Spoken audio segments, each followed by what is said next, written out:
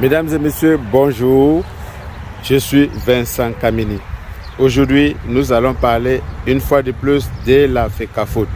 Comme vous le savez, depuis le début du mois, après la nomination de Marc Brice et sa présentation le 12 avril dernier au niveau du ministère des Sports, accompagné de tout le staff ou le nouveau staff nommé par le ministre du Sport, on se pose la question de savoir qu'est-ce qui va se passer.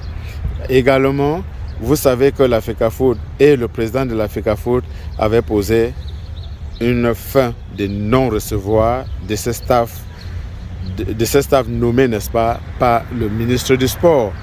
Et après une réunion d'urgence, une réunion du comité d'urgence de la FECAFOOT, il avait été donné au président de la FECAFOOT 72 heures pour présenter, n'est-ce pas, 72 heures pour nommer, n'est-ce pas, de nouveaux entraîneurs par rapport aux Lions indomptables. Alors, mesdames et messieurs, comme je disais tout à l'heure, après les tractations au niveau du Premier ministère, il paraît qu'il y a certains arrangements qui est en train d'être fait. Pour le moment, c'est encore les rumeurs, mais certainement la semaine qui vient va nous donner de plus en plus d'explications par rapport à tout ce qui se passe à la FECAFOOT.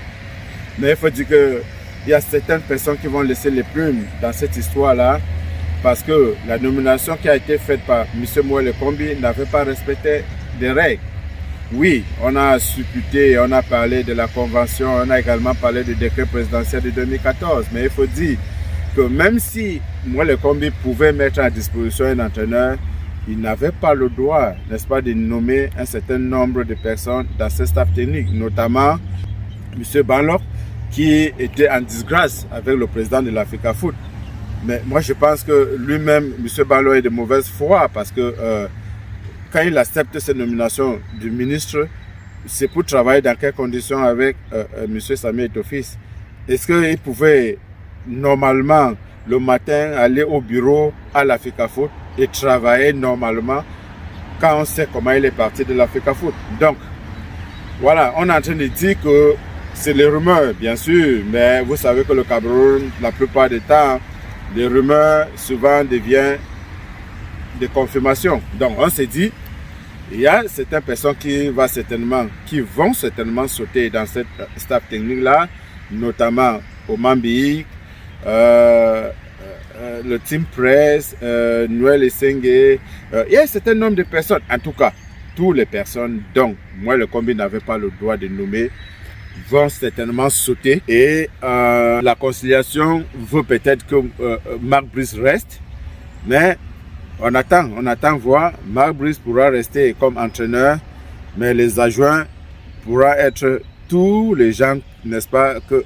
Eto'o-Fils avait voulu nommer comme adjoint, entraîneur de gardien Thomas Kono, M. Pegou.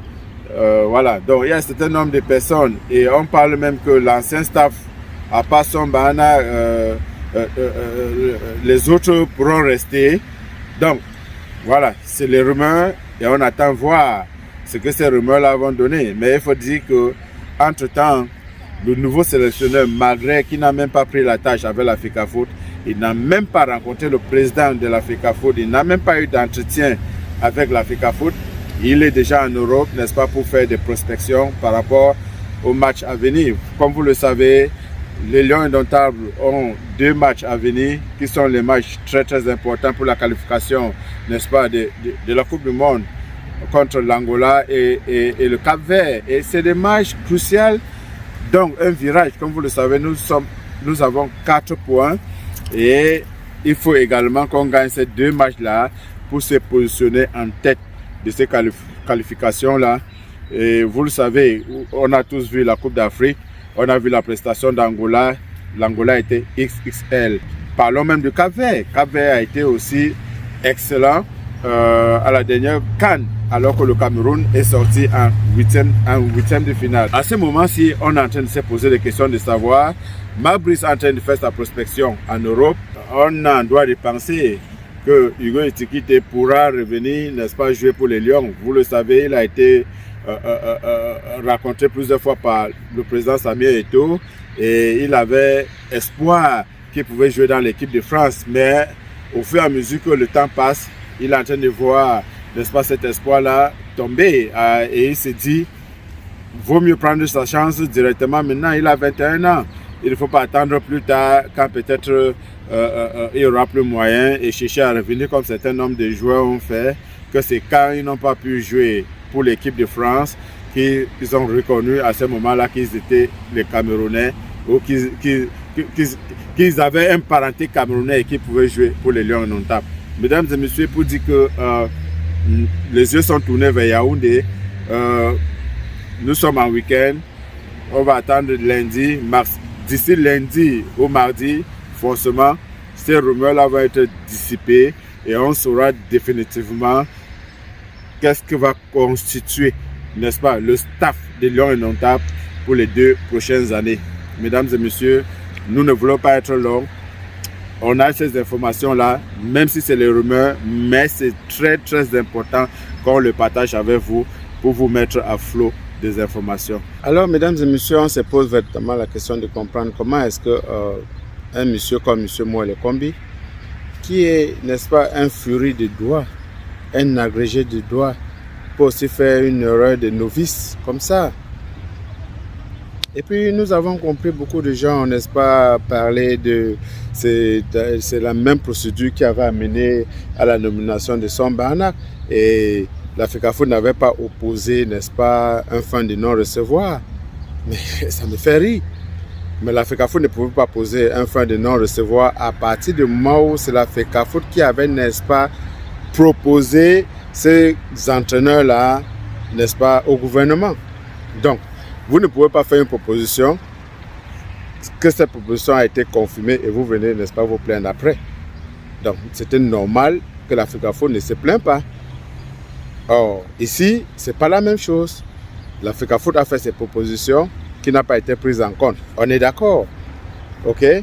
Le ministre a fait sa part, mais au moins, il aurait dû associer la FECAFOOT pour la suite de membres de ce staff-là. Donc, même si on devait, la FECAFOOT, même si le ministère, autant pour moi, devait nommer Marc Brice, mais monsieur le ministre aurait dû se rapprocher de la FECAFOOT, je ne dis pas de Samuel Eto'o, mais de la FECAFOOT, pour que la FECAFOOT fasse des propositions et qu'ensemble, ça soit un consensus. Et c'est ça qui arrive quand il n'y a pas de consensus.